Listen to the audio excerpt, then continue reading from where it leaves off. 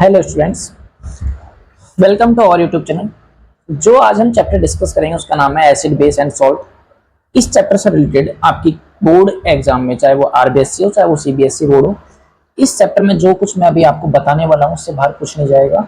इसलिए आप इस चैप्टर की वीडियो को कंप्लीट देखें लास्ट तक, एंड तक, और पेन और नोटबुक लेके बैठे ताकि आपको अच्छे से नोट्स बनाने हैं और ताकि चीजें आपको समझ में आ पाए। तो वीडियो को आप बीच में पॉज करके नोट्स बना सकते हो। अगर आप चैनल पर नए हो तो चैनल को एक बार सब्सक्राइब जरूर कर लें, और बाकी की वीडियोस के लिए आगे हम कंटिन्यू करते हैं। तो चैप्टर में है क्या पहले देख लेते हैं, ठीक है। तो सबसे पहले अपन देखते हैं एसिड बेस एंड चैप्टर, या फिर एसिड बेस एंड सॉल्ट हमारे चैप्टर का नेम है। इसमें हमारी जो नेक्स्ट स्लाइड है उस पर हम चलते हैं। तो देखो, सबसे पहले हमें देखना क्या, हमें देखना है प्रॉपर्टीज ऑफ एसिड या फिर प्रॉपर्टीज ऑफ बेस। सबसे पहले हम एसिड्स की प्रॉपर्टी देखते हैं कि एसिड की प्रॉपर्टी होती क्या क्या, ठीक है। तो एक बार हम बात करते हैं एसिड्स की प्रॉपर्टी की। तो देखो, सबसे पहला पॉइंट लिखा हुआ है acids are sour in taste. जो एसिड होते हैं वो टेस्ट में कैसे होते हैं, सॉर होते हैं। सॉर का मतलब होता है खट्टा, ठीक है ना। और ये जो है वो ब्लू लिटमस को रेड में कन्वर्ट कर देते हैं। अगर इनके अंदर हम ब्लू लिटमस पेपर डालें, लिटमस क्या होता है वो भी आगे समझ में आ जाएगा आपको। तो अगर हम ब्लू लिटमस पेपर इसके अंदर अगर डीप आउट करते हैं, यानी कि इसके अंदर डालते हैं, तो वो रेड में कन्वर्ट हो जाता है। ये प्रोड्यूस करते हैं H+ ions in water solution, यानी कि अगर इनको पानी में डाल दिया जाएगा तो ये क्या प्रोड्यूस करेंगे, H+ आयंस प्रोड्यूस करेंगे, ठीक है ना। और ये होते हैं गुड कंडक्टर ऑफ इलेक्ट्रिसिटी, यानी कि इलेक्ट्रिसिटी के गुड कंडक्टर होते हैं, ठीक है ना, इन एक्वस सॉल्यूशन। यानी कि अगर हम इनको पानी में घोल देंगे तो ये बहुत अच्छे गुड कंडक्टर ऑफ इलेक्ट्रिसिटी बन जाती है, ठीक है ना। They are corrosive in nature. ये कैसे होते हैं नेचर के अंदर, नेचर के अंदर होते हैं कैरेसिव। कैरेसिव का मतलब ये हुआ कि अगर इनके कांटेक्ट में कोई भी मेटल आएगा तो उसको ये कोरोड कर देते हैं, यानी कि वो उसको डैमेज कर देते हैं उसकी सरफेस को, ठीक है ना। एग्जाम्पल के लिए अगर हम बात करें तो hydrochloric acid, sulphuric acid, acetic acid इसके एग्जाम्पल हो जाएंगे, ठीक है ना। तो अब हम देखते हैं दो टाइप होते हैं एसिड के, दो टाइप्स होते हैं। कौन कौन से टाइप होते हैं, तो देखो एसिड होते हैं दो टाइप के, स्ट्रॉन्ग एसिड और वीक एसिड। किसको बोलेंगे हम स्ट्रॉन्ग और किसको बोलेंगे वीक। तो स्ट्रॉन्ग एसिड वो होता है ऐसा acid, acid in is an acid that completely ionizes in water to produce a large number of H+ ions। यानी कि सीधी सी बात ये है, स्ट्रॉन्ग एसिड हम किसको बोलेंगे, तो ऐसा एसिड जो कि वाटर सॉल्यूशन के अंदर डालने पर कंप्लीटली आयनाइज हो जाए और large number of H+ ions create करे, यानी कि ज्यादा से ज्यादा अमाउंट में H+ आयन बनाए, उसको हम स्ट्रॉन्ग एसिड बोलेंगे। एग्जांपल के लिए hydrochloric acid, sulphuric acid, HNO3, ये सारे हमारे क्या है, ये सारे के सारे हमारे स्ट्रॉन्ग एसिड है, ठीक है ना। अब हम बात करते हैं वीक एसिड की। वीक एसिड क्या होते हैं, जो पार्शियली आयनाइज होते हैं और जो less amount of H+ ions produce करते हैं उनको हम वीक एसिड बोलते हैं। फॉर एग्जांपल एसिटिक एसिड हुआ, कार्बोनिक एसिड हुआ, इनके अंदर क्या होता है, ये सब वीक होते हैं। क्यों होते हैं, क्योंकि H+ आयंस बहुत कम प्रोड्यूस करते हैं वाटर सॉल्यूशन के अंदर, ठीक है ना। तो इस तरीके से हम दो टाइप के एसिड्स को पढ़ते हैं, स्ट्रॉन्ग एंड वीक एसिड। उसके बाद में दो टाइप और होता है, वो होता है कंसंट्रेशन के बेस पर। तो कंसंट्रेशन के बेस पर हमारे दो टाइप के एसिड और होते हैं, वो होते हैं कंसंट्रेटेड और डाइल्यूट। तो कंसंट्रेटेड वर्ड का मतलब होता है कि जिसके अंदर एसिड का अमाउंट ज्यादा हो, यानी कि अगर हम कोई सॉल्यूशन ऐसा बना रहे हैं जिसके अंदर एसिड का अमाउंट तो ज्यादा हो, large amount of acid present हो, और वाटर का अमाउंट हमारा कम हो, तो उसको बोलेंगे हम कंसंट्रेटेड एसिड सॉल्यूशन, ठीक है ना। जैसे कि कंसंट्रेटेड HCl हुआ, कंसंट्रेटेड H2SO4 हुआ, इनके अंदर high amount of acid present होता है वाटर के कंपैरिजन में, ठीक है ना। डाइल्यूट की बात करें तो डाइल्यूट में जस्ट अपोजिट हो जाएगा, यानी कि small amount of acid present और large amount of water present, तो उसको डाइल्यूट बोलेंगे अपन, ठीक है ना। तो उसमें लिखा हुआ है कि लो अमाउंट ऑफ एसिड होता है, high amount of water present होता है, जैसे कि डाइल्यूट HCl, डाइल्यूट H2SO4 इसके एग्जांपल हो जाएंगे, ठीक है ना। अब हम देखते हैं कि कुछ नेचुरल सब्सटेंस होते हैं जिनके अंदर कोई एसिड प्रेजेंट होता है, कोई ना कोई। हम देखते हैं कि किस सब्सटेंस में कौन सा एसिड पाया जाता है। सबसे पहले अगर हम बात करें विनेगर में तो एसिटिक एसिड होता है, ऑरेंज के अंदर सिट्रिक एसिड होता है, टैमरिंड के अंदर टार्ट्रिक एसिड होता है, टोमेटो के अंदर ऑक्जेलिक एसिड होता है, कर्ड में लैक्टिक एसिड, लेमन में सिट्रिक, और आंट स्टिंग में मेथेनोइक, मेटल स्टिंग में मेथेनोइक। इन दोनों के अंदर मेथेनोइक एसिड को एक दूसरे नाम से जानते हैं, वो होता है आपका फॉर्मिक एसिड। तो इन दोनों के अंदर फॉर्मिक एसिड भी मिलता है, ठीक है ना। तो ये आप ध्यान रखोगे कि इन दोनों के अंदर फॉर्मिक एसिड भी पाया जाता है, ठीक है ना। तो ये हमारे कुछ नेचुरल ऑक्यूरिंग सब्सटेंस है जिनमें एसिड हमें मिलता है। आगे हम देखते हैं बेसिस की फिजिकल प्रॉपर्टी। सबसे पहले देखेंगे बेसिस का टेस्ट या फिर कैसे होते हैं। तो देखो, बेस की अगर हम बात करें तो केमिकली ये जो सब्सटेंस होते हैं बिटर होते हैं टेस्ट के अंदर। बिटर का मतलब कड़वे, ठीक है ना। और टच के अंदर सॉफ्टी होते हैं, स्लिपरी, यानी कि इनको टच करेंगे तो थोड़ा स्लिपरी फील होंगे हमें, ठीक है ना। रेड लिटमस को ये ब्लू में कन्वर्ट कर देते हैं, जस्ट अपोजिट है एसिड का। ये जो प्रोड्यूस करते हैं वो आयंस होते हैं OH- आयंस, यानी कि एसिड आपका H+ कर रहा था, ये OH- आयंस प्रोड्यूस करते हैं वाटर सॉल्यूशन के अंदर। और गुड कंडक्टर होते हैं इलेक्ट्रिसिटी के, ठीक है ना, एक्वा सॉल्यूशन के अंदर। जबकि आपके एसिड भी गुड कंडक्टर था, ये भी गुड कंडक्टर होता है, दोनों सेम ही होते हैं, ठीक है।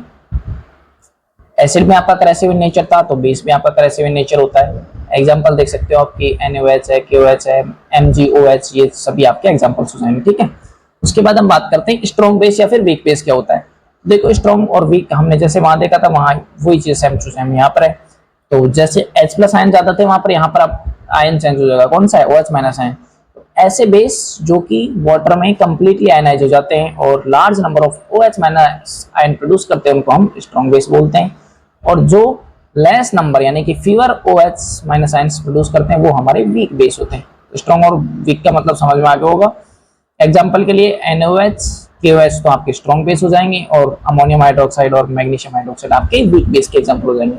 एक एक नंबर में एग्जाम्पल्स पूछे जा सकते हैं, तो आपको ध्यान रखने लिख लेना डेफिनेशन भी और इनके एग्जाम्पल्स भी, ठीक है। अब हम देखते हैं ये स्ट्रॉन्ग और वीक बेस को यहाँ पर दोबारा समझा रखा है, वही सेम ही चीज है, आप देख लेना एक बार, ठीक है। तो ये रिपीट कर दी गई है इस पीपीटी के अंदर, नो इशू। अब हम देखते हैं प्रॉपर्टीज ऑफ सॉल्ट, कि हमारी जो सॉल्ट होते हैं उनकी क्या प्रॉपर्टी होती है। तो देखो सॉल्ट जो होते हैं they are formed when acid react with base, यानी कि जब भी एसिड बेस से आपस में रिएक्ट करता है तो वहां से सॉल्ट बनता है, ठीक है ना। तो हम बता सकते हैं कि जो सॉल्ट होते हैं वो एसिड और बेस की रिएक्शन से फॉर्म होते हैं। प्लस नेचर की अगर बात करें तो नेचर में ये होते हैं न्यूट्रल, ठीक है ना। और ये लिटमस का कलर चेंज नहीं करते हैं, सबसे खास बात है, क्योंकि इनके अंदर न्यूट्रल होता है, ना H+ आयन होता है ना OH- आयन, तो इसलिए लिटमस का कलर ये चेंज नहीं कर पाते हैं। एग्जाम्पल के लिए सोडियम क्लोराइड, सोडियम सल्फेट और ये सोडियम एसिटेट, ये सारे सारे एग्जांपल है आपके सॉल्ट के। यानी कि इनका जो पीएच होता है वो कितना होता है, 7 होता है। न्यूट्रल का मतलब जिनका पीएच 7 हो। अब ये पीएच क्या होता है थोड़ा देर बाद में आगे समझ में आ जाएगा, पीएच स्केल जब हम पढ़ रहे होंगे इसी चैप्टर में, ठीक है। आगे चलते हैं। अब हम देखते हैं इंडिकेटर। इंडिकेटर होते क्या है, तो इंडिकेटर ऐसे सब्सटेंस होते हैं, केमिकल सब्सटेंस होते हैं जो कि लेबोरेटरी या फिर नेचुरली मिल सकते हैं हमें, जो क्या करते हैं दैट चेंज देयर कलर और स्मेल इन एसिड और बेसिक सॉल्यूशन। यानी कि एसिड और बेस में डालने पर ये क्या करते हैं, अपना स्मेल या फिर कलर चेंज करके हमें ये आइडेंटिफाई करने में हेल्प करते हैं कि कौन सी चीज हमारी एसिड और कौन सी चीज हमारी बेस है। यानी कि they help us to identify whether acid is an acid और बेसिक, यानी कौन सा सब्सटेंस हमारा एसिडिक है या फिर कौन सा सब्सटेंस हमारा बेसिक है, ये हमें आइडेंटिफाई करने में हमारी हेल्प करते हैं। फॉर एग्जाम्पल अभी 3 टाइप के इंडिकेटर हमें देखने को मिलेंगे, कौन कौन सा, नेचुरल इंडिकेटर, सिंथेटिक और ऑल्फैक्टरी। तीनों टाइप का हम एक एक करके डिस्कस करते हैं। नेचुरल इंडिकेटर क्या होता है, तो indicators are that substances that are obtained from natural sources, यानी कि जो हमें नेचर से मिलते हैं हमें नेचुरल इंडिकेटर बोलेंगे उनको हम। जैसे कि अगर हम बात करें तो लिटमस, लिटमस क्या होता है, कहाँ से मिलता है, ये लाइकेन प्लांट से रिसीव होता है हमें, ठीक है ना। जो ये लाइकेन प्लांट है वो कौन से डिवीजन का है, तो ये थैलोफाइटा डिवीजन का प्लांट है। इसके अंदर होता क्या है कि अगर हम एसिड के अंदर ब्लू लिटमस पेपर को डालेंगे तो वो रेड हो जाएगा, और अगर बेस के अंदर हम रेड लिटमस पेपर को डालेंगे तो वो ब्लू में कन्वर्ट हो जाएगा, ठीक है ना। टर्मरिक भी हमारा अनदर एग्जांपल है नेचुरल इंडिकेटर का, जो कि एसिड है। एसिड के अंदर अगर हम ऐड करेंगे, टर्मरिक एसिड नहीं सॉरी, अगर टर्मरिक का एसिड में ऐड करेंगे तो उसके अंदर कलर क्या रहेगा, तो एसिड में डालते ही तो इसका कलर नो चेंज रहेगा, यानी कि कलर में कोई भी चेंज नहीं मिलेगा, सेम टू सेम हमें येलोइश ही दिखेगा, या फिर येलो कलर और भी ज्यादा ग्लो करने लग जाएगा, ठीक है ना। लेकिन अगर हम इसको बेस में डाल दें टर्मरिक को, तो टर्मरिक का नेचुरल कलर येलो होता है, लेकिन ये कैसे कन्वर्ट हो जाएगी, रेडिश ब्राउन हो जाएगी। इससे हमें समझ में आता है कि ये अपने कलर में चेंज करके हमें ये बता रहा है कि कौन सा सब्सटेंस हमारा एसिड और कौन सा सब्सटेंस हमारा बेस है। इट मींस अगर आपको टर्मरिक दे दी जाए और आपको 2 सब्सटेंस दिए हुए हैं कि आप पहचान के बताओ, तो अगर आप एसिड में डालोगे तो कलर हमारा रिमेन्स येलो रहेगा, और अगर कलर हमारा रेडिश ब्राउन हो गया इसका मतलब वो सब्सटेंस हमारा क्या है, बेस है, ठीक है ना। और भी एग्जांपल है जैसे कि चाइना रोज हुआ, हिबिस्कस, पिटूनिया, हाइड्रेंजिया, रोज, जेरेनियम, ये सारे के सारे क्या होते हैं, ये कुछ फ्लावर हैं जो कि नेचुरल इंडिकेटर का काम करते हैं। एग्जांपल ध्यान रखना, इनमें से कोई भी आ सकता है, एनसीईआरटी की लाइन है ये।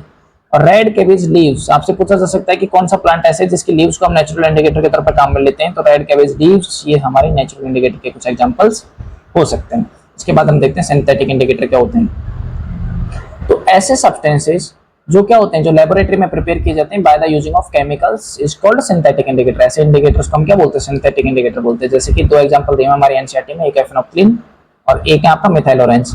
फेनोक्सिलिन का जो कलर होता है वो कलरलेस होता है, लेकिन अगर एसिड में हम इसको डालेंगे तो ये रिमेन्स कलरलेस रहेगा, और अगर हम बेस में ऐड कर देंगे तो इसका कलर चेंज हो जाएगा पिंक। इससे हमें पता चल जाएगा कलर में चेंज होने की वजह से कि भाई कौन सी चीज एसिड है और कौन सी चीज हमारी बेस है। अगर हम बात करें मिथाइल ऑरेंज की, तो मिथाइल ऑरेंज जिसका नेचुरल कलर ऑरेंज होता है, लेकिन एसिड में डालते ही रेड हो जाएगा, बेस में डालते ही येलो हो जाएगा, ठीक है ना। इससे हम पता कर सकते हैं। अब हमारे आते हैं थर्ड टाइप के ऑल्फैक्टरी इंडिकेटर। क्या होते हैं ऑल्फैक्टरी इंडिकेटर, तो ऐसे indicators that change their smell in acidic और basic medium is called olfactory indicator. Example की अगर हम बात करें, ऑनियन, वनीला या फिर वनीला एसेंस या फिर क्लोव ऑयल। वनीला एसेंस क्या होता है, केक वगैरह बनाने के लिए हम यूज लेते हैं, जैसे कि वनीला की आपने आइसक्रीम भी खा रखी होगी, ठीक है। ये सब्सटेंस होते हैं हमारे जो कि ऑल्फैक्टरी इंडिकेटर है। ये क्या करते हैं, ये कलर में चेंज नहीं करेंगे, ये ओनली स्मेल में चेंज करके हमें बताते हैं। यानी कि ऑल्फैक्टरी इंडिकेटर की सबसे खास बात क्या है कि ये ओनली स्मेल के अंदर चेंज करते हैं, ये इनका की पॉइंट है, ठीक है ना। अब हम बात करते हैं सब्सटेंस में क्या होता है। देखो तो जैसे हम एसिड में डालेंगे तो जो आपकी स्मेल आती है वो रिमेन्स रहेगी, बेस में डालते ही ये जो स्मेल है ये खत्म हो जाएगी। वनीला की भी सेम टू सेम एसिड में डालते रिमेन सेम या फिर डिसअपियर, ठीक है ना। तो इस तरीके से अगर एसिड डालते हैं तो ऑल्फैक्टरी इंडिकेटर की जो स्मेल है वो रिमेन्स सेम रहेगी, इंक्रीज हो जाएगी, लेकिन बेस में डालते ही वो बिल्कुल खत्म हो जाती है, डिसअपियर हो जाती है। इससे हम पता लगा सकते हैं कि कौन सी चीज हमारी एसिड है और कौन सी चीज हमारी बेस है। आइए हम आगे बात करते हैं केमिकल प्रॉपर्टीज ऑफ एसिड की। तो हम देखते हैं केमिकल प्रॉपर्टीज ऑफ एसिड्स क्या क्या होती हैं। देखो तो सबसे पहली केमिकल प्रॉपर्टी आपकी हम पढ़ेंगे reaction of acid with metal, कि भाई मेटल के साथ में एसिड किस तरीके से रिएक्ट करते हैं। तो यहाँ पर लिखा हुआ है डेफिनेशन में कि जब भी एसिड आपका मेटल से रिएक्ट करेगा तो यहाँ से दो चीजें बनाएगा, एक तो सॉल्ट प्लस दूसरा हाइड्रोजन गैस। नीचे लिखा हुआ है देखो एसिड और मेटल के रिएक्शन से सॉल्ट और हाइड्रोजन गैस प्रोड्यूस होने वाला है। एग्जांपल के लिए हम बात करें, जिंक हमारा एक मेटल है, HCl हमारा एक एसिड है, दोनों की रिएक्शन कराई, ZnCl2 हमारा एक सॉल्ट बन गया और हाइड्रोजन गैस यहाँ से प्रोड्यूस हो रही है, ठीक है ना। तो हाइड्रोजन गैस इवॉल्व हो रही है और इस हाइड्रोजन गैस की अगर हम टेस्टिंग की बात करें, जो कि हमने साइड में लीक की हुई है, टेस्टिंग कर रखा है, टेस्टिंग मेथड हमने दे रखे हैं, तो ये पॉप साउंड के साथ में बर्न होती है आराम से। तो टेस्टिंग भी देख सकते हैं। पहले चलो टेस्टिंग की बात कर लेते हैं हम कि टेस्टिंग कैसे होती है हाइड्रोजन गैस की, ठीक है ना। हाइड्रोजन गैस की अगर हम टेस्टिंग की बात करें तो अगर इस हाइड्रोजन गैस को हम पास करवा देंगे किससे, किसी भी सॉफ्ट सॉल्यूशन, तो वहां पर बबल बनेंगे। भाई सॉफ्ट सॉल्यूशन के अंदर अगर आप गैस फ्लो करवाओगे तो वहां से बबल्स फॉर्म होंगे। तो जो बबल्स हैं उनके अंदर कौन सी गैस फिला है, अभी हाइड्रोजन गैस फिला है। तो उस हाइड्रोजन गैस के पास में आप अगर मैच स्टिक यानी कि माचिस की तिल्ली लेके जाओगे या फिर कोई भी बर्निंग कैंडल लेके जाओगे तो वो जो आपका गैस है या फिर वो जो बबल है वो पॉप साउंड के साथ में ब्लास्ट होगा, जिससे हमें ये कंफर्म हो जाएगा कि उसके अंदर कौन सी गैस है, हाइड्रोजन गैस है, ठीक है ना। तो इस तरीके से हम हाइड्रोजन गैस की टेस्टिंग कर सकते हैं पॉप साउंड के साथ में। तो जो पॉप साउंड होता है वो कंफर्म करता है प्रेजेंस ऑफ हाइड्रोजन गैस को, ठीक है। तो ये थी हमारी फर्स्ट रिएक्शन। अब जो आपके बेस होते हैं वो भी क्या मेटल के साथ रिएक्ट करते हैं क्या? यस, बेस भी आपके मेटल के साथ रिएक्ट कर सकते हैं। हम अगली स्लाइड पर चलते हैं, एक बार यहाँ पर मैंने मिस कर दिया उस पॉइंट को। हम आगे देखते हैं कि जो बेस है वो हमारे मेटल के साथ रिएक्शन कैसे करेंगे। तो ये जो बेस है हमारे मेटल के साथ रिएक्ट करके ये भी सॉल्ट और हाइड्रोजन गैस ही बनाते हैं, लेकिन यहाँ पर प्रोडक्ट थोड़ा जो आपका जो सॉल्ट बनेगा वो सिंपल नहीं, थोड़ा कॉम्प्लेक्स सॉल्ट बनेगा, ठीक है ना। जैसे कि NaOH हमारा एक बेस है, जिंक हमारा मेटल है, दोनों के रिएक्शन से यहाँ से बनेगा सोडियम जिंकेट। इसको बोलेंगे अपन, इस प्रोडक्ट को इसको बोलेंगे अपन सोडियम जिंकेट। तो ये जो प्रोडक्ट बनेगा ये बनेगा सोडियम जिंकेट। तो सोडियम जिंकेट फॉर्म हो रहा है, तो ये एक तरीके का कॉम्प्लेक्स सॉल्ट है, थोड़ा सा ना, ये थोड़ा सा कॉम्प्लेक्स टाइप का सॉल्ट है, ठीक है। अब यहाँ से हाइड्रोजन गैस भी प्रोड्यूस हो रही है। सेम टू सेम अगर एल्यूमिनियम की रिएक्शन करवाएंगे तो यहाँ पर बनेगा सोडियम एल्यूमिनेट, ठीक है ना। ये एल्यूमिनेट बना हुआ है और ये हाइड्रोजन गैस प्रोड्यूस हो रही है, ठीक है। तो ये इस तरीके से बेस भी आपके मेटल के साथ रिएक्ट करके salt and hydrogen gas he produce करते हैं, ठीक है ना। वापस आते हैं अपन उसी पॉइंट पर। तो देखो यहाँ पर सेकंड रिएक्शन पढ़ेंगे हम एसिड की। एसिड की सेकंड रिएक्शन क्या है कि जो एसिड होता है वो मेटल कार्बोनेट के साथ में रिएक्ट करेगा और मेटल कार्बोनेट के साथ में रिएक्ट करके क्या बनाएगा, ये प्रोड्यूस करेगा salt, water and carbon dioxide. यहाँ पर जो गैस प्रोड्यूस हो रही है वो बन रही है कार्बन डाइऑक्साइड। पहले जो बन रही थी वो हाइड्रोजन गैस थी, ठीक है ना, आपको ध्यान रखना। एग्जाम्पल के लिए सोडियम कार्बोनेट, उसको हम HCl के साथ रिएक्ट कराएंगे। तो मेटल कार्बोनेट ले लिया हमने सोडियम कार्बोनेट, HCl ले लिया हमने एसिड। तो जब भी आपका एसिड मेटल कार्बोनेट से रिएक्ट करेगा तो बनाएगा NaCl, एक सॉल्ट है, water plus carbon dioxide gas, ठीक है ना। अब इस कार्बन डाइऑक्साइड की भी अपन टेस्टिंग करेंगे। अगर इसको हम लाइम वाटर में अगर फ्लो करवाएंगे तो ये लाइम वाटर को कैसा बना देगी, मिल्की वे बना देगी, ठीक है ना, मिल्की कलर बना देगी इसका। तो ये इसकी टेस्टिंग है, टेस्टिंग हमने साइड में दे रखी है, पर एक बार हम इस रिएक्शन को कंप्लीट कर लेते हैं। सबसे पहले अपन यूजेज देख लेते हैं जो कैल्शियम कार्बोनेट यहाँ पर जो बना है, यानी कि जिस कैल्शियम कार्बोनेट को यानी कि मेटल कार्बोनेट यहाँ से हमने जो बनाया है। अब देखो ये मेटल कार्बोनेट कहाँ से रिसीव है, पहले उसको देख लेते हैं एक बार, ठीक है। साइड में देखो यहाँ पर टेस्टिंग करते हैं अपन कार्बन डाइऑक्साइड की। तो जब भी इस कार्बन डाइऑक्साइड को अपन क्या करेंगे कि भाई अपन ने ये रिएक्शन करवाई है किसकी, एसिड और मेटल कार्बोनेट, यहाँ से कार्बन डाइऑक्साइड बनी और इस कार्बन डाइऑक्साइड को हमने पास करवा दिया किसमें, लाइम वाटर में। तो आपको भी मैंने बताया कि लाइम वाटर को किसमें कन्वर्ट कर देगी, ये लाइम वाटर को मिल्की बना देगी। अब ये जो मिल्कीनेस है ये कंफर्म करती है प्रेजेंस ऑफ कार्बन डाइऑक्साइड को, ठीक है ना। लेकिन ये रिएक्शन होती कैसे, देखो यहाँ पर कार्बन डाइऑक्साइड को जैसे हम लाइम वाटर, यानी कि लाइम वाटर का फॉर्मूला होता है CaOH2, कैल्शियम हाइड्रोक्साइड होता है, इसमें फ्लो करवाएंगे तो यहाँ से बनेगा कैल्शियम कार्बोनेट, ठीक है ना, प्लस वाटर। ये हमें इंडिकेट कर रहा है, इस कैल्शियम कार्बोनेट और वाटर के इंडिकेशन से पता चल रहा है कि भाई ये जो आपका कैल्शियम कार्बोनेट है हमारा मिल्की हो चुका है, ठीक है ना। तो ये मिल्की कलर का ऐसे होगा, प्रेसिपिटेट की फॉर्म में अलग से दिखेगा हमें ये, ठीक है। उससे हमें समझ में आता है कि इसके अंदर कार्बन डाइऑक्साइड प्रेजेंट है इस रिएक्शन के ड्यूरिंग। अब ये जो कैल्शियम कार्बोनेट आपका बना है टेस्टिंग के ड्यूरिंग, इस कैल्शियम कार्बोनेट के यूजेज हमें यहाँ पर रिएक्शन के नीचे दिए हुए हैं। क्या क्या यूजेज है, तो सबसे पहला यूजेज है कि इसको हम बिल्डिंग मटेरियल में यूज ले सकते हैं, मार्बल या फिर लाइम स्टोन के फॉर्म में। आपसे अगर पूछ ले कि भाई मार्बल का फॉर्मूला क्या होता है, तो मार्बल का फॉर्मूला भी आपका कैल्शियम कार्बोनेट ही होता है, ठीक है ना। तो देखो CaCO3 होता है ये फॉर्मूला आपका ना। Second use manufacturing of cement या फिर चौक, इनमें भी यूज लेते हैं अपन। Used in the manufacture of quicklime, यानी कि कैल्शियम ऑक्साइड को बनाने के लिए भी अपन सेलेक्ट लाइम यानी कि कैल्शियम कार्बोनेट का ही अपन यूज लेते हैं, ठीक है ना। तो इस तरीके से अपन क्विक लाइम बनाने के लिए भी इसका यूज करेंगे कैल्शियम कार्बोनेट का। तो ये कैल्शियम कार्बोनेट कहां से रिसीव हुआ भाई, हमने सबसे पहले एसिड की रिएक्शन करवाई मेटल कार्बोनेट के साथ में, वहां से कार्बन डाइऑक्साइड बनी, और उस कार्बन डाइऑक्साइड को हमने लाइम वाटर में फिला करवाया, वहां से कैल्शियम कार्बोनेट बना, और उस कैल्शियम कार्बोनेट के हमने यूजेस यहाँ पर देखे, ठीक है ना। उसके बाद देखते हैं हम third reaction of acid. Acid की तीसरी रिएक्शन है किसके साथ में, मेटल हाइड्रोजन कार्बोनेट के साथ में। जब भी एसिड आपका मेटल हाइड्रोजन कार्बोनेट के साथ में रिएक्ट करेगा तो यहाँ से भी salt water plus carbon dioxide ही बनाएगा, ठीक है ना। ये दोनों रिएक्शनों में प्रोडक्ट हमारा सेम निकल रहा है। देखो जब भी यहाँ पर हमने एक मेटल हाइड्रोजन कार्बोनेट ले लिया, जैसे कि NaHCO3 या फिर HCl, यहाँ से NaCl H2 और CO2 बनेगा। इस CO2 की टेस्टिंग भी हम सेम टू सेम इसी तरीके से करेंगे जैसे हमने अबव रिएक्शन में की थी, ठीक है ना। आगे देखते हैं हम देखते हैं फोर्थ रिएक्शन। फोर्थ रिएक्शन है हमारी reaction of acid with metallic oxide. हम देखेंगे कि भाई एसिड जो है हमारा मेटेलिक ऑक्साइड के साथ में रिएक्ट करता है कि नहीं करता है। तो देखो जब भी एसिड आपका मेटेलिक ऑक्साइड के साथ में रिएक्ट करेगा, यहाँ से सॉल्ट एंड वाटर बनाएगा। एसिड ले लिया, मेटल ऑक्साइड ले लिया, सॉल्ट वाटर बनेगा। देखते हैं एग्जांपल से, कॉपर ऑक्साइड ले लिया हमने मेटल के तौर पर, मेटल ऑक्साइड के तौर पर, और HCl ले लिया हमने एसिड, तो यहाँ से बनेगा कॉपर क्लोराइड जो कि हमारा एक सॉल्ट है, और साथ में बन रहा है वाटर। अगर हम बात करें इस मेटल ऑक्साइड की, तो इनका जो नेचर होता है वो होता है बेसिक नेचर, ठीक है ना। अब देखो भाई जो आपका बेस होता है, साइड में देखो इधर केमिकल प्रॉपर्टीज ऑफ बेस में देखो आप कि जो बेस है वो मेटेलिक ऑक्साइड के साथ में रिएक्ट नहीं करता है, लेकिन ये किसके साथ में करता है, ये करता है नॉन मेटेलिक ऑक्साइड के साथ में रिएक्शन। तो बेस की सबसे पहले रिएक्शन है नॉन मेटेलिक ऑक्साइड के साथ में। जब भी बेस आपका नॉन मेटेलिक ऑक्साइड के साथ में रिएक्ट करेगा, यहाँ से ये सॉल्ट एंड वाटर बनाएगा, क्योंकि नॉन मेटल जो होता है वो ऑक्साइड होता है वो एसिडिक होता है नेचर के अंदर, ठीक है ना। तो देखो जब भी बेस नॉन मेटेलिक ऑक्साइड से रिएक्ट करेगा तो सॉल्ट एंड वाटर बनेगा। एग्जांपल के लिए कैल्शियम हाइड्रोक्साइड एक आपका बेस है, कार्बन डाइऑक्साइड आपका नॉन मेटेलिक ऑक्साइड है, कैल्शियम कार्बोनेट बन जाएगा और H2O बन जाएगी। रिएक्शन हमने थोड़ी देर पहले भी अभी पढ़ी है जब हमने कार्बन डाइऑक्साइड की टेस्टिंग की थी उस टाइम पर, ठीक है ना। तो ये जो नॉन मेटल होता है नेचर के अंदर होता है एसिडिक इन नेचर, ठीक है ना। तो यहाँ पर आपको रिमेंबर रखना है कि जो मेटेलिक ऑक्साइड होते हैं वो बेसिक होते हैं, नॉन मेटेलिक ऑक्साइड जो होते हैं आपके एसिडिक होते हैं। आगे चलते हैं हम सेकंड रिएक्शन जो कि बेस की है, ठीक है ना। तो ये रिएक्शन आपकी बेस की मेटेलिक सॉल्ट के साथ में, यानी कि जो आपके बेस होते हैं वो किसी दूसरे मेटेलिक सॉल्ट के साथ में भी रिएक्शन कर सकते हैं, ठीक है ना। अब देखो कैसे करेंगे, तो some bases react with solution of metallic salts, यानी कि अदर जो मेटेलिक सॉल्ट होते हैं उनके साथ में रिएक्ट कर सकते हैं, ठीक है ना। और ये फॉर्म करते हैं इनसॉल्युबल सब्सटेंस जिसको हम बोलेंगे प्रेसिपिटेट, और दूसरा सॉल्ट बनेगा इसके साथ में ना। तो एक तो प्रेसिपिटेट बनेगा, एक तो सॉल्ट का प्रेसिपिटेट बनेगा, दूसरा भी हमें सॉल्ट ही मिलेगा, ठीक है ना। तो देखते हैं रिएक्शन। तो ये कॉपर सल्फेट का सॉल्यूशन ले लिया जो कि एक मेटेलिक सॉल्ट है, और एक हमने ले लिया बेस NaOH, ठीक है ना। दोनों की रिएक्शन करवाई, यहाँ से बनेगा कैल्शियम कॉपर हाइड्रोक्साइड, ये तो हमें एज ए प्रेसिपिटेट रिसीव होगा, ठीक है ना।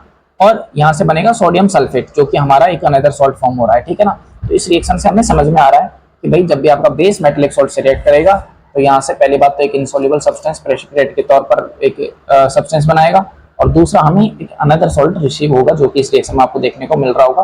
कॉपर हाइड्रोक्साइड आपका प्रेसिपिटेट है और सोडियम सल्फेट आपका दूसरा सॉल्ट है, ठीक है। अब हम देखते हैं, कुछ नोट लगाकर एक पॉइंट लिखा हुआ है, रिएक्शन ऑफ एसिड और बेस, यानी कि जब आप एसिड और बेस इन दोनों को आपस में रिएक्ट कराओगे तो क्या होगा भाई, जब भी आपस में रिएक्ट कराओगे यहाँ से जो रिएक्शन बनेगी उस रिएक्शन को बोलेंगे पर न्यूट्रलाइजेशन रिएक्शन। तो देख लेते हैं what is the neutralization of reaction, आपसे एग्जाम में पूछी जा सकती है।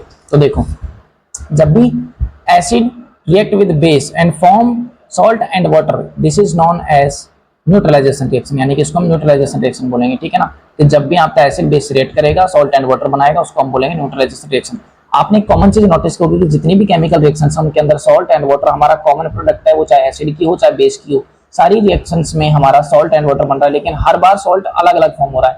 तो ये आपको ध्यान रखने की बात है। ऐसा मत सोचना कि सर सारे प्रोडक्ट आपके सेम ही बता रहे हो, प्रोडक्ट आपके सेम ही बनते हैं, लेकिन जो आपका सॉल्ट है उसका जो केमिकल फॉर्मूला है, जो केमिकल नेम है, जो केमिकल प्रॉपर्टीज है वो आपकी डिफरेंट होती है, बनता सॉल्ट ही है एंड वाटर ही है, ठीक है ना।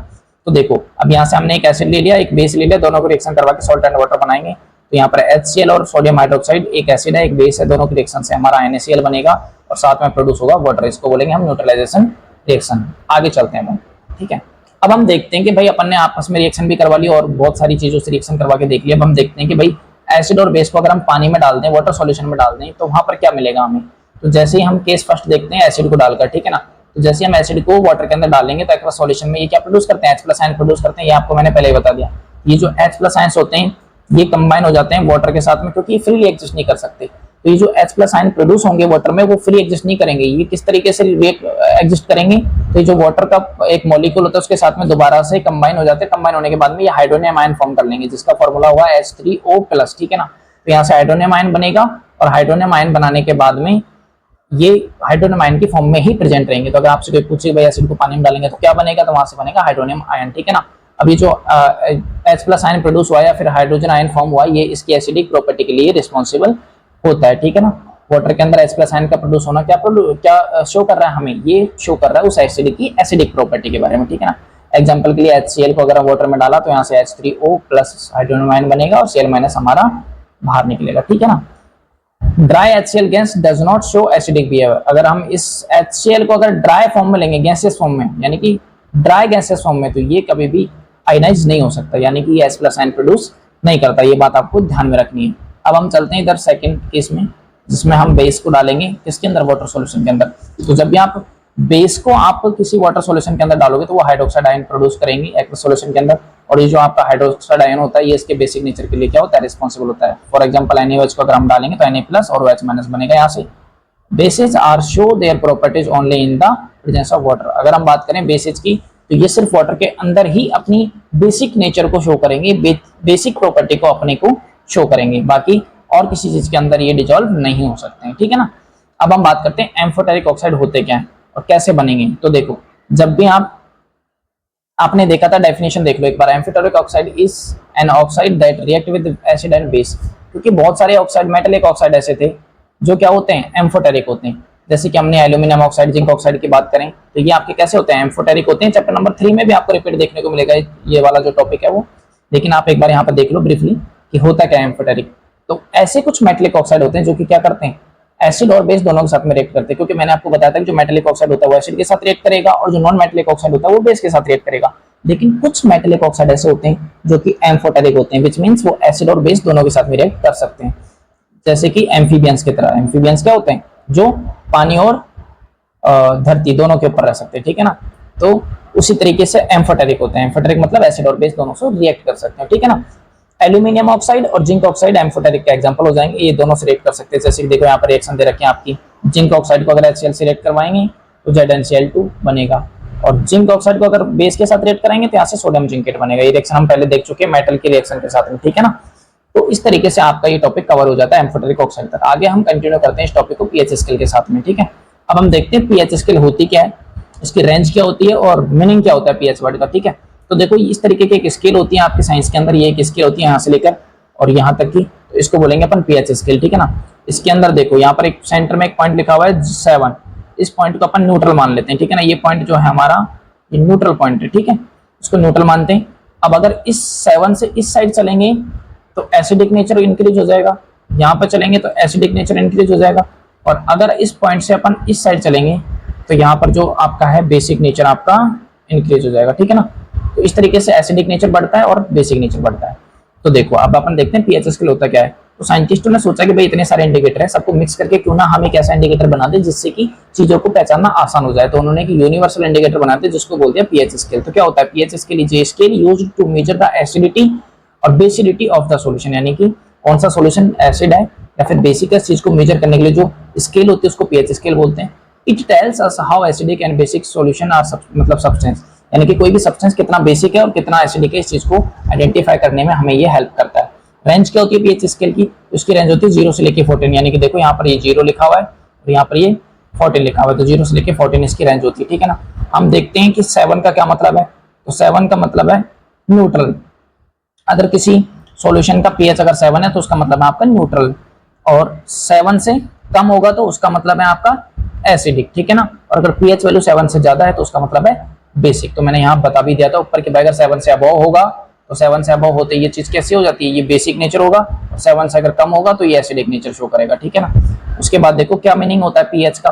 तो पीएच वर्ड जो है ना एक लैटिन वर्ड से बना है जिसका मतलब होता है पोटेंस। तो पोटेंस के अंदर पी का मतलब पावर होता है, ये बना है एक लैटिन वर्ड जिसका जो होता है आपका पोटेंस। तो पोटेंस वर्ड से बना है और पोटेंस का मतलब होता है पावर, ठीक है ना। और एच का मतलब H+ आयंस, ठीक है ना। तो इसमें हमें क्या समझ में आ रहा है, पीएच का मतलब है पावर ऑफ हाइड्रोजन आयंस, यानी कि H+ आयंस, ठीक है ना। तो ये हम इंडिकेट करते हैं concentration of H plus ions की, यानी कि pH scale only H plus ions को मेजर करता है, OH माइनस आयंस को डिटेक्ट नहीं कर पाता है। तो जो पीएच स्केल है उसको बनाया गया है only the on basis of power of hydrogen ions, यानी कि हाइड्रोजन आयंस कितने प्रेजेंट है किसी सॉल्यूशन में, ये हमें अगर पता चल जाए तो हम पीएच स्केल के बेस पर उसको बता सकते हैं कि वो एसिडिक है या फिर बेसिक है। ठीक है, अब देखो बहुत सारे सब्सटेंसों का हमें यहाँ पर दिया हुआ है कि कौन सी चीज का कितना पीएच होता है। तो देखो गैस्ट्रिक जूस जो हमारे स्टमक में रहता है उसका पीएच होता है 1 से 2 के बीच में, लेमन जूस का 2 होता है, विनेगर का 3 होता है, ऑरेंज जूस का 3 to 4 होता है, टोमेटो का 4 होता है, मिल्क का 6 होता है, प्योर वाटर का 7, और जो हमारा बेकिंग सोडा होता है उसका 8 to 9 होता है, ह्यूमन ब्लड का हमारा 7.4 होता है, एसिड रेन का 4 से 5 होता है, ऑरेंज जूस का 3 to 4 होता है। ठीक है ना, इस तरीके से आप यहाँ पर देख सकते हो। मिल्क ऑफ मैग्नीशिया का होता है 10, और अगर हम बात करें अमोनियम की हाउस होल्ड जो कि अमोनिया घर में मिलती है उसका होता है 11 से 12, और अगर सॉफ्ट सॉल्यूशन की बात करें तो वो बहुत ज्यादा बेसिक नेचर शो करता है, वो होता है उसका पीएच होता है 12। तो इस तरीके से जितना ज्यादा पीएच उतना ज्यादा बेसिक, जितना कम पीएच उतना ज्यादा एसिडिक। तो बहुत सारे सब्सटेंसों के पीएच वैल्यू आपसे पूछी जा सकती है, तो आपको ध्यान में रखना है। ठीक है ना, अब हम देखते हैं कि भाई हमारा जो पीएच स्केल है उसकी हमारी डेली लाइफ में क्या क्या इंपॉर्टेंस है, भाई डेली लाइफ में कहाँ कहाँ काम में आता है, जिसके बेस पर हम कौन कौन सी चीजों को ठीक कर सकते हैं, क्योर कर सकते हैं, हम उनको ट्रीटमेंट कर सकते हैं। तो सबसे पहले हमें पीएच की इंपॉर्टेंस देखने को मिलती है कि भाई डाइजेस्टिव जो सिस्टम होता है हमारा, उसके अंदर जो हमारी गैस्ट्रिक ग्लैंड है वो हाइड्रोक्लोरिक एसिड सीक्रेट करती है डाइजेशन के दौरान। तो ये जो हाइड्रोक्लोरिक एसिड है ये हार्मफुल होता है हमारे स्टमक के लिए, डैमेज कर सकता है वो उसको, लेकिन डैमेज को बचाने के लिए उसके अंदर म्यूकस प्रेजेंट होता है। ठीक है ना, अब क्या होता है कि कई बार डाइजेशन के दौरान ज्यादा अमाउंट में सीक्रेट हो गया HCl, तो वो क्या प्रोड्यूस करेगा, वो हमें एसिडिटी प्रोड्यूस कर देगा, जिसकी वजह से हमें पेन होगा, इरिटेशन होगी। ठीक है ना, इस प्रॉब्लम को बोलेंगे इंडाइजेशन। ठीक है ना, तो जब हमारा खाना पच नहीं पाता है तो इंडाइजेशन की ड्यूरिंग HCl ज्यादा अमाउंट में सीक्रेट होता है, जिसकी वजह से हमें पेन या फिर इरिटेशन होती है, बर्निंग होती है। इस प्रॉब्लम को हम एसिडिटी बोलेंगे। इसको ठीक करने के लिए हमें क्या लेना पड़ेगा, तो हमें पता है कि भाई पीएच स्केल एसिड की वजह से प्रॉब्लम हो रही है, तो एसिड के अंदर क्या ऐड कर दो, एसिड के अंदर अगर आप बेस ऐड कर दोगे तो वो चीज न्यूट्रलाइज हो जाएगी, एक दूसरे के इफेक्ट को कैंसिल आउट कर देंगे, और उससे हमें वो जो हमारा पेन है या इरिटेशन है वो ठीक हो जाएगी इमीडिएटली। तो ऐसी सब्सटेंस या फिर ऐसे बेस जिनको हम एसिडिटी को ठीक करने के लिए काम में लेते हैं उनको एंटासिड्स बोलते हैं अपन, तो इमीडिएटली रिलीफ दे देती है एंटासिड्स। कुछ कॉमन एंटासिड्स के एग्जांपल है, मिल्क ऑफ मैग्नीशिया हमारा एक एग्जांपल है एंटासिड का, जो कि जिसका फॉर्मूला होता है मैग्नीशियम हाइड्रोक्साइड, ये एक तरीके का बेस है। तो जब भी हम इसको लेंगे तो उससे क्या है हमारी एसिडिटी ठीक हो जाती है। ठीक है ना, तो ये एंटासिड का एक एग्जांपल हो सकता है। बेसिक होता है नेचर में, इसीलिए क्या कर देता है, न्यूट्रलाइज कर देता है किसको, एसिड को। ठीक है, तो ये हमारा फर्स्ट इंपॉर्टेंस था पीएच स्केल का। सेकंड इंपॉर्टेंस की अगर हम बात करें तो देखो भाई हमारी जो एसिड रेन होती है, वाटर बॉडीज होती है, उसका पीएच अगर हमें पता हो तो हम पता लगा सकते हैं कि कौन सी चीज हमारे लिए कितनी हार्मफुल है। तो देखो जब हमारा नॉर्मल रेन वाटर होता है, जो हमारा नॉर्मल बारिश का पानी होता है, उसका जो पीएच है इतना डाउन नहीं होता, वो हमारे लिए इतना हार्मफुल नहीं होता। लेकिन अगर कभी कभी जो एज रेन है आपका रेन वाटर है उसका अगर पीएच लेवल बहुत ज्यादा डाउन चला जाए, क्योंकि भाई हमारे एनवायरनमेंट के अंदर क्या होती है, बहुत सारी हार्मफुल गैसेज होती है, लाइक सल्फर डाइऑक्साइड या फिर नाइट्रोजन डाइऑक्साइड या फिर नाइट्रोजन ट्राइऑक्साइड। ठीक है ना, इस तरीके से हो सकती है, मैं तो दोनों जगह पर डाइऑक्साइड लिखा हुआ है, इसको ठीक कर लेना। ये है आपका NO3 और इसको बोलेंगे अपन नाइट्रोजन ट्राइऑक्साइड। ठीक है, ये आपका नाइट्रोजन ट्राइऑक्साइड है। तो इस तरीके की बहुत सारी हार्मफुल गैसेज होती हैं जो क्या करती हैं, ये इस रेन वाटर में मिल जाएंगे और मिलने के बाद में उसका जो पीएच है उसको डाउन कर देंगे। ठीक है ना, तो जब भी आपका रेन का जो पीएच है वो डाउन हो जाएगा, डिक्रीज होकर ये कितने से कम हो जाएगा, 5.6 से कम हो जाएगा, तो उस रेन को बोलेंगे, उस रेन वाटर को बोलेंगे एसिड रेन अपन। ठीक है ना, अब ये क्या क्या इफेक्ट क्रिएट करेगी, तो ये डैमेज कर देगी क्रॉप्स एंड प्लांट्स को, या फिर एक्वेटिक लाइफ भी हार्मफुल हो जाएंगे इससे, या फिर ये बहुत सारी बिल्डिंग या मॉन्यूमेंट्स को डैमेज कर देगी, क्योंकि ये इमारतों को क्या करती है, डैमेज करती है। ठीक है ना, तो जो उसके अंदर टाइल्स लगी रहती है, पत्थर लगा रहता है, उसको क्या करेगी, डैमेज करेगी उसके साथ में रिएक्ट करके। ठीक है, और अगर बहुत ज्यादा लोअर पीएच है तो उससे क्या होगा, सॉइल जो है उसका पीएच भी डाउन चला जाएगा, और वाटर बॉडीज जो है यानी कि पानी में रहने वाले जो लिविंग ऑर्गेनिज्म है उनका सर्वाइवल थोड़ा हार्ड हो जाएगा। ठीक है ना, acid rain lower than a pH river in lakes, यानी कि एसिड रेन जो होता है उसका जो पीएच होता है वो रिवर या फिर लेक्स में रहने वाले वाटर से बहुत ज्यादा डाउन होता है। ठीक है ना, एसिड रेन अब अगर इसको प्रिवेंट करना है तो क्या करें भाई, तो प्रिवेंट करने के लिए लिखा हुआ है कि acid rain is prevented by the reducing the amount of pollution, यानी कि भाई जो हार्मफुल गैसेज हमारी हैं वो कहां से निकल रहे हैं, पॉल्यूशन की ड्यूरिंग। तो अगर हम पॉल्यूशन को कम कर देंगे तो हार्मफुल गैस हमारी रिलीज नहीं होंगी, और अगर हार्मफुल गैस रिलीज नहीं होंगी तो हमारा जो रेन वाटर है वो एसिडिक कभी नहीं बन पाएगा। ठीक है ना, या फिर हम किसी भी चीज को बर्निंग ऑफ कोल या फिर ऑयल गैस या इनकी बर्निंग को कम करेंगे जिससे कि पॉल्यूशन हमारा क्या हो जाए, कम हो जाए। ठीक है ना, तो इस तरीके से हम इसको ठीक कर सकते हैं। तीसरा जो हमारा इफेक्ट है वो है हमारा टूथ डिके। क्वेश्चन पूछा जा सकता है व्हाट इज टूथ डिके, या फिर कैसे हम इसको ठीक करेंगे, कैसे प्रिवेंट करेंगे। तो होता क्या है देखते हैं एक बार। तो tooth decay is the damage of enamel, यानी कि जो हमारा टीथ होता है उसके ऊपर एक लेयर होती है इनेमल की लेयर, सरफेस है ना, जो कि प्रोटेक्शन का काम करती है। तो उस इनेमल का जो डैमेज होना है उसी को बोलते हैं, एसिड की वजह से उसी को बोलते हैं अपन टूथ डिके होना, ठीक है ना। तो जो हमारे माउथ के अंदर जैसे हम खाना खाते हैं, तो खाना खाते टाइम क्या होता है, तो जो हमारे खाना खाते टाइम फूड पार्टिकल रह जाते हैं तो उनके अंदर कुछ बैक्टीरिया लग जाते हैं। तो जो बैक्टीरिया हैं, तो वो जो बैक्टीरिया हैं वो अपने फूड पार्टिकल के अंदर प्रेजेंट रहते हैं और माउथ के अंदर क्या करते हैं, वो माउथ के पीएच को डाउन कर देते हैं। किससे, कितने से डाउन कर देते हैं, तो ये माउथ के पीएच को कर देते हैं 5.5 से डाउन। तो जैसे माउथ का पीएच बिलो 5.5 चला जाएगा एसिड सीक्रेट होने की वजह से। अब ये एसिड कहां से सीक्रेट हो रहा है, तो माउथ के अंदर जो बैक्टीरिया प्रेजेंट है वो क्या कर रहे हैं, एसिड सीक्रेट कर रहे हैं, और जिसकी वजह से हमारा जो माउथ का पीएच है वो नॉर्मल से न्यूट्रल से कैसा हो जाता है, 5.5 से कम। तो उस टाइम पर हमारे माउथ के अंदर जो हमारे टीथ हैं उनकी जो एनिमल लेयर है वो डैमेज होना स्टार्ट हो जाती है, इसी को बोलेंगे टीथ डिके। अब इसको ठीक करने के लिए क्या करें, तो भाई ये जो प्रॉब्लम है ये किसकी वजह से क्रिएट हो रही है, ये हो रही है एसिड की वजह से क्रिएट। तो इसको प्रिवेंट करने के लिए हम क्या करेंगे, टूथपेस्ट यूज करेंगे। जो टूथपेस्ट है उनका जो नेचर होता है वो कैसा होता है, ये होती है बेसिक इन नेचर, ठीक है ना। तो जितने भी हमारे टूथपेस्ट होते हैं वो होते हैं नेचर के अंदर बेसिक, तो इस वजह से हम इनको यूज कर सकते हैं। तो ये क्या करेंगे, उस एसिड के इफेक्ट को न्यूट्रलाइज करने में हमारी हेल्प करेंगे। एक वर्ड लिखा हुआ है डेंटल कैरीज, तो आपसे पूछा जा सकता है व्हाट इज डेंटल कैरीज, तो टूथ डिके ही डेंटल कैरीज होता है, यानी कि आपकी इनेमल की लेयर का डैमेज होना ही आपका डेंटल कैरीज बोलते हैं। इसी को बोलते हैं अपन टूथ डिके। तो ये आपको ध्यान रखना है कि टूथ डिके होता क्या है या फिर अपना डेंटल कैरीज क्या होता है। ओके, अब देखते हैं हमारा नेक्स्ट इंपॉर्टेंस पीएच का, वो होता है पीएच ऑफ सॉइल, ठीक है। तो अगर हम पीएच ऑफ सॉइल की बात करें तो कुछ प्लांट्स होते हैं जो कि स्पेसिफिक पीएच के अंदर ही ग्रो करते हैं, ठीक है ना। उनकी पीएच रेंज फिक्स होनी चाहिए तभी ग्रो करेंगे। तो क्या होगा, अगर बहुत ज्यादा सॉइल एसिडिक हो गया, बहुत ज्यादा बेसिक हो गया, तो क्रॉप ग्रो नहीं कर पाएगी, ठीक है ना। तो फार्मर क्या करता है, उसको ट्रीट करने के लिए एसिडिक सॉइल है तो उसके अंदर क्या मिलाएगा, क्विकलाइम मिलाएगा या सेलेक्टलाइम मिलाएगा, जिसकी वजह से उसका जो पीएच है वो न्यूट्रलाइज होकर सॉइल का जो पीएच है वो एसिड से क्या हो जाएगा, न्यूट्रल हो जाएगा, ठीक है ना। तो भाई एसिडिक अगर पीएच है सॉइल का तो बेस मिला दो उसके अंदर क्विकलाइम या सेलेक्टलाइम, जिससे क्या होगा, उसका जो पीएच है वो मेंटेन हो जाएगा। तो ये हमें कब पता चलेगा, जब हमें पीएच की नॉलेज होगी। तो इसलिए हमने टॉपिक की हेडिंग क्या रखी है कि पीएच का हमारी एवरीडे लाइफ में इंपॉर्टेंस क्या है। तो भाई ये इंपॉर्टेंस है इसका। लास्ट हमारा ये पॉइंट है कि पीएच ऑफ आवर बॉडी, यानी कि हमारी बॉडी की अगर हम बात करें तो हमारी ह्यूमन बॉडी का पीएच कितना होता है, तो हमारी बॉडी का पीएच होता है अबाउट 7.4, यानी कि a small change in pH can harmful our body, यानी कि अगर हम पीएच में इसमें छेड़छाड़ नहीं कर सकते हमारी मर्जी से, ठीक है ना, तो हमारी बॉडी या फिर हमारे ब्लड का पीएच होता है 7.4, यानी कि स्लाइटली बेसिक बोल सकते हैं हम, ठीक है। अगर इसमें थोड़ा सा चेंज हुआ तो हमारी बॉडी के लिए बहुत सारी हार्मफुल डिजीज क्रिएट हो जाएंगी, स्किन प्रॉब्लम्स क्रिएट होने लग जाएंगे, ठीक है। ये आपको पॉइंट ध्यान रखना है। अब आगे देखते हैं हम कि भाई कुछ नेचुरल मेडिसिन होती हैं जो कि न्यूट्रलाइजेशन का काम करते हैं। तो नेचर हमें कहाँ कहाँ न्यूट्रलाइजेशन रिएक्शन देखने को मिलती है, तो कुछ नेचुरल मेडिसिन या फिर नेचुरल न्यूट्रलाइजेशन के एग्जांपल अपन देख लेते हैं।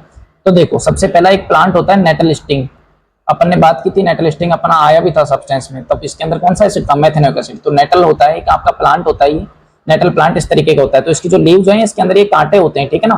तो इन कांटों के अंदर क्या होता है, इनके अंदर मेथेनोइक एसिड प्रेजेंट होता है। तो ये अगर हमारी बॉडी के अंदर टच हो जाएंगे या फिर हमारी बॉडी के अंदर स्टिंग हो जाएगा तो उसकी वजह से हमारी बॉडी के अंदर पेन या फिर इरिटेशन क्रिएट हो जाता है। तो देखो the sting of nettle plant contain methanoic acid, formic acid या फिर इसी को बोलेंगे फॉर्मिक, है ना। तो it cause pain and irritation, इससे पेन या इरिटेशन हो जाते हैं, जिसकी वजह से क्या होगा, हमें बहुत ज्यादा प्रॉब्लम क्रिएट हो जाती है। अब क्या होता है कि इसका ट्रीटमेंट कैसे करें भाई, अगर हम किसी फॉरेस्ट से जा रहे हैं, वहां पर नेटल प्लांट मिल गया और आपको स्टिंग हो गया, उसकी वजह से आपको पेन और इरिटेशन स्टार्ट हो गई, तो उसको ट्रीट कैसे करोगे। आप घर पे तो आओगे नहीं इंस्टेंट, आप दवा भी लेके नहीं घूम रहे हो, आपको वहां पर उस टाइम पर मिल्क ऑफ मैग्नीशिया भी प्रेजेंट नहीं आपके पास, जो आप एंटासिड ले लोगे या फिर इस तरीके से न्यूट्रलाइज करने के लिए कुछ भी कर लोगे, ठीक है ना। तो देखो क्या करेंगे उसके लिए अपन, तो उसके लिए अपने पास वहां पर एक डॉग प्लांट होता है जो कि नेचुरली हमें मिलता है नेटल के पास में, यानी कि जहां पर नेटल प्लांट होगा वहां 100% डॉग प्लांट जरूर होगा। तो ये जो डॉग प्लांट है इसका नेचर होता है बेसिक, तो इसकी जो लीफ है डॉग प्लांट की वो जो सब्सटेंस कंटेन करती है उसका नेचर होता है बेसिक। तो उसको अगर हम उसके ऊपर रब करेंगे तो जो आपका इफेक्ट है मेथेनोइक एसिड का या नेटल स्टिंग का वो खत्म हो जाएगा और हमें पेन या फिर इरिटेशन से रिलीफ मिल जाएगा, या फिर हमारा जो पेन इरिटेशन है वो रेड्यूस हो जाएगी, ठीक है ना। तो ये हमारा एक नेचुरल न्यूट्रलाइजेशन का एग्जाम्पल है हमारे डेली लाइफ में।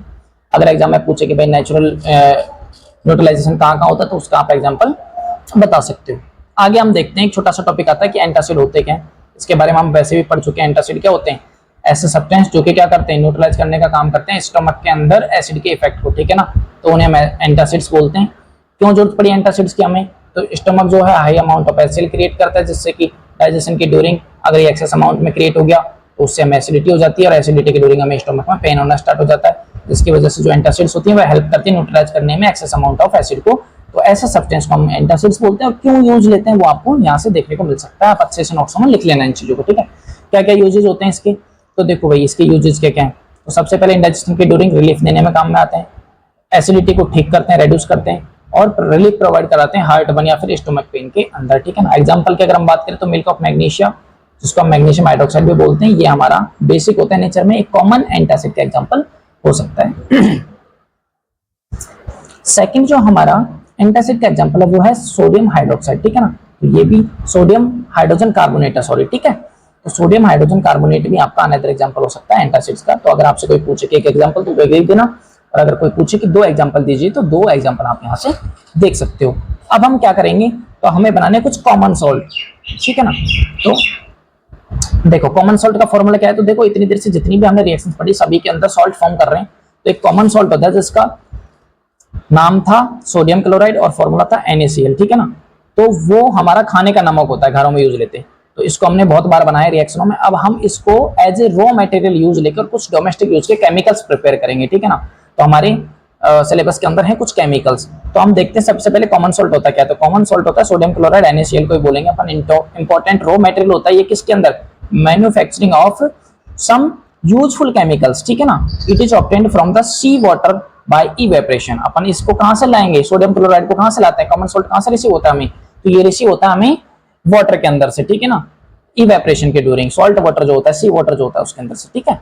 तो हम इसको रॉ मटेरियल के तौर पर काम में लेंगे, बहुत सारे केमिकल बनाएंगे। हमें मेनली 5 केमिकल बनाने हैं। सबसे पहले हमें देखना है सबसे पहला केमिकल हमारा कौन सा है। तो सबसे फर्स्ट केमिकल जो हमें बनाना है वो है हमारा सोडियम हाइड्रोक्साइड। कैसे प्रिपेयर करेंगे सोडियम हाइड्रोक्साइड को, तो सोडियम हाइड्रोक्साइड को प्रिपेयर करने के लिए हमें देखते हैं मेथड ऑफ फॉर्मेशन क्या है। तो सबसे पहले फॉर्मूला क्या होता है सोडियम हाइड्रोक्साइड का, NaOH। कैसे प्रिपेयर करेंगे, तो इसको हम इलेक्ट्रोलाइसिस ऑफ ब्राइन के थ्रू प्रिपेयर करेंगे। अभी ब्राइन क्या होता है, ब्राइन होता है अगर आप NaCl को, ब्राइन क्या होता है, तो ब्राइन का मतलब है कि भाई अगर आप NaCl को किस में डालोगे, एक्वस सॉल्यूशन बनाओगे इसका, यानी कि पानी में अगर इसको आप ऐड करोगे तो वो बनेगा आपका ब्राइन, ठीक है ना। तो पानी में घोलकर और उसको आप इलेक्ट्रिसिटी फ्लो करवा दो तो ये हो जाएगा इलेक्ट्रोलाइसिस ऑफ ब्राइन, यानी कि एक्वस सॉल्यूशन ऑफ NaCl है उसमें इलेक्ट्रिसिटी पास करवा दो। इस प्रोसेस को अपन क्या बोलेंगे, इसको बोलेंगे क्लोर एल्कलाई प्रोसेस। आपसे पूछा जा सकता है क्लोर एल्कलाई प्रोसेस होती क्या है या कौन सा सब्सटेंस बनेगा, तो आपको ध्यान में रखना है। तो देखो यहाँ पर हमने रिएक्शन करवा दी, NaCl को ले लिया, पानी में घोल दिया और इलेक्ट्रिसिटी यहाँ पर लिख लेना आप, इलेक्ट्रिसिटी है ना, स्पेस कम है तो आप लिख लेना इलेक्ट्रिसिटी पास करवाएंगे तो वहां से क्या बनेगा, सोडियम हाइड्रोक्साइड बनेगा, क्लोरीन गैस बनेगी और हाइड्रोजन गैस बनेगी। इसी को बोलेंगे अपन इलेक्ट्रोलाइसिस ऑफ ब्राइन।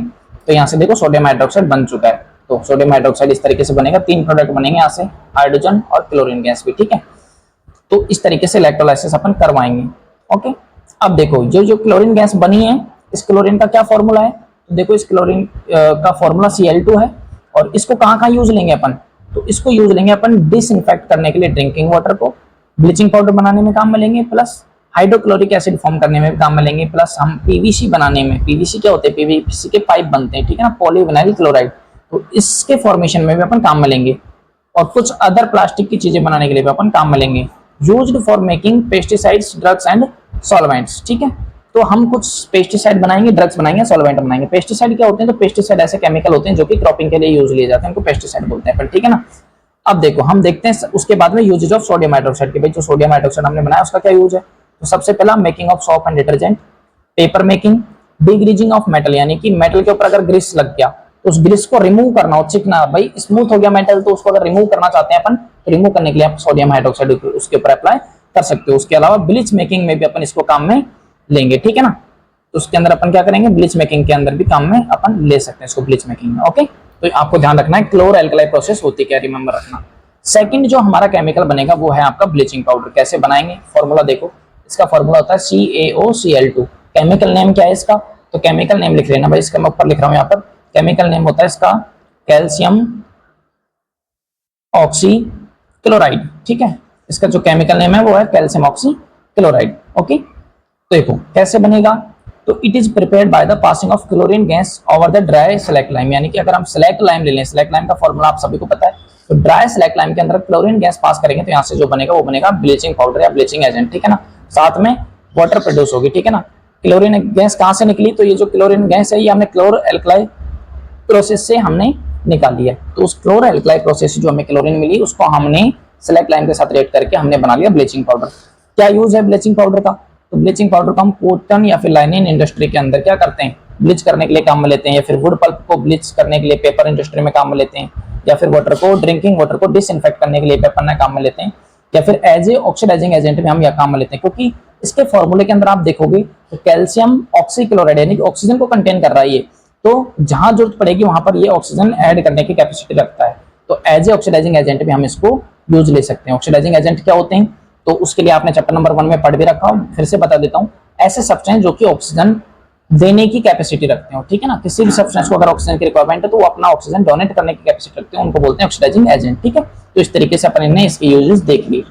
अब देखते हैं अपन थर्ड जो हमारा सब्सटेंस है वो क्या बनेगा। थर्ड है हमारा बेकिंग सोडा। कैसे बनाएंगे?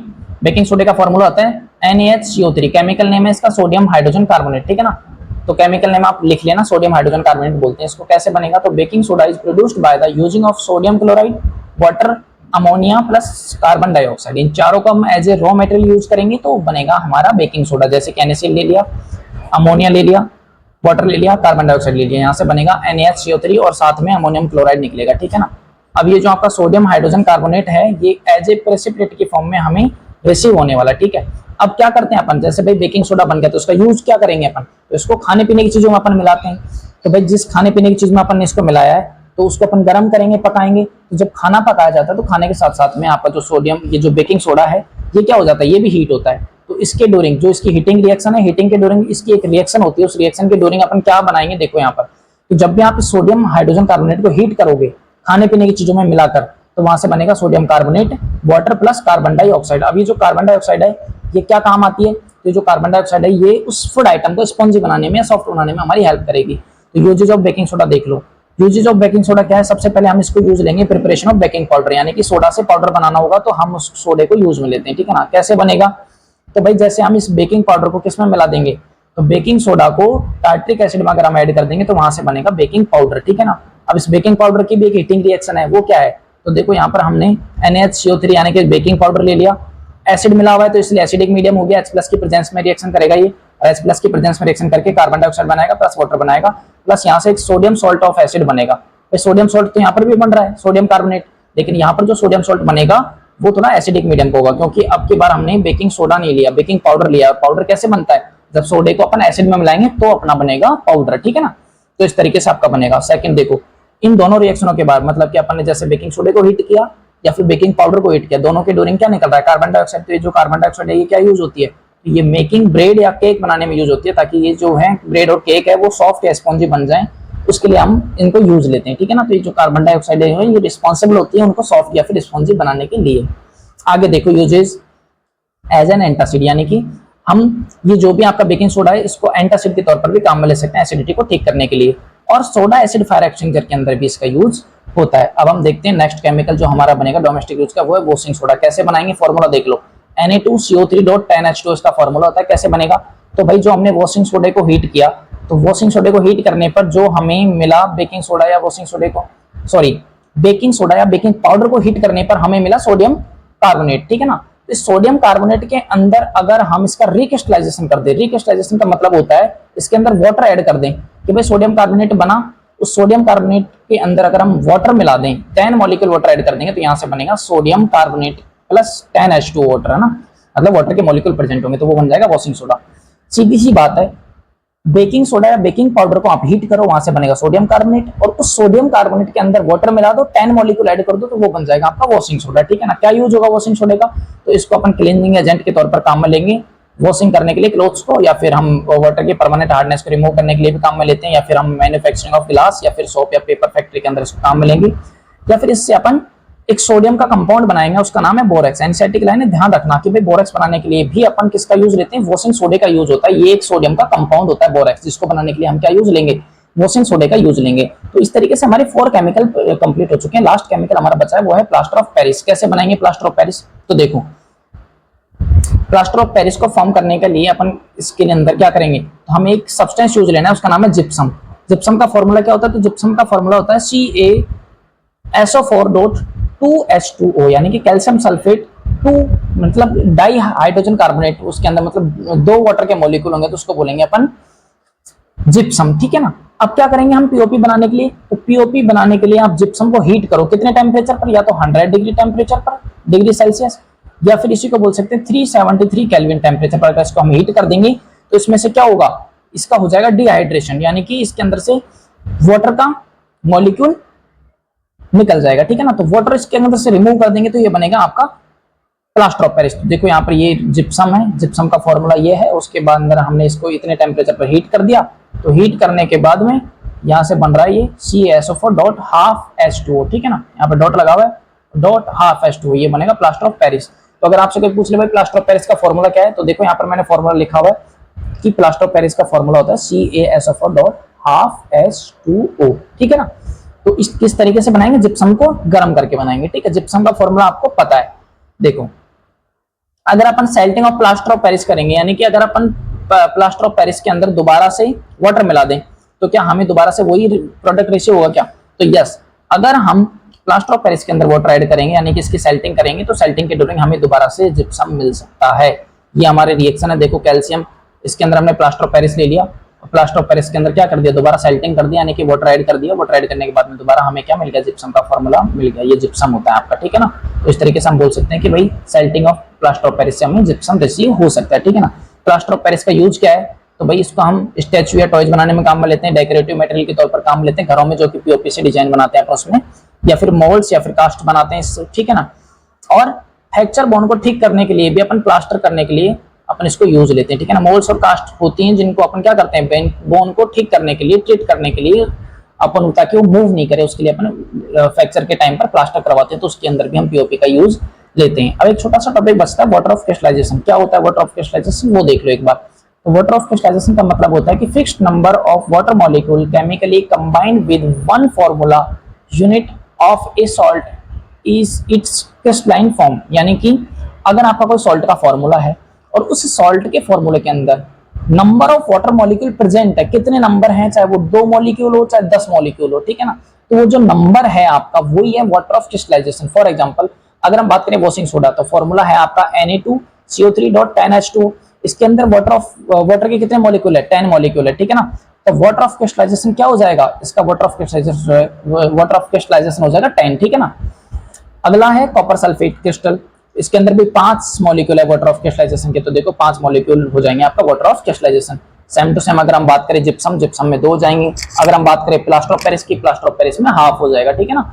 तो इस तरीके से आप इनका ध्यान रखोगे, क्लियर है क्या। तो ये होता है आपका water of crystallization. I hope कि चैप्टर आपको बहुत अच्छे से समझ में आ गया होगा। थोड़ा स्पीड डाउन ज्यादा थी तो कोई बात नहीं, आप इसको एक बार बार रिपीट करके देखोगे वीडियो को, तो उसके बाद में आपको समझ में आ जाएगा। कोई भी डाउट हो तो कमेंट कर सकते हो मुझे। इस चैनल के ऊपर चैप्टर नंबर 1, 2, 3 कंप्लीट हमारा डल चुका है। आगे वाले अपकमिंग चैप्टर में कंटिन्यू डालते रहूंगा। अभी कुछ ही टाइम में आपका कंप्लीट क्लास 10 का सिलेबस आपको मिल जाएगा। इसलिए अगर आप चैनल पर फर्स्ट टाइम विजिट कर रहे हो तो इस चैनल को सब्सक्राइब कर लें, ताकि आगे की वीडियोस की अपडेट आपको मिलती रहे, ठीक है ना। तो इस तरीके से आप बाकी वीडियोस का लिंक आपको डिस्क्रिप्शन में मिल जाएगा। अगर आपको किसी अदर चैप्टर की देखनी हो तो उसके लिए भी आप शिफ्ट कर सकते हो डिस्क्रिप्शन में जाकर, ठीक है ना। Okay, thank you for the watching the video. Okay.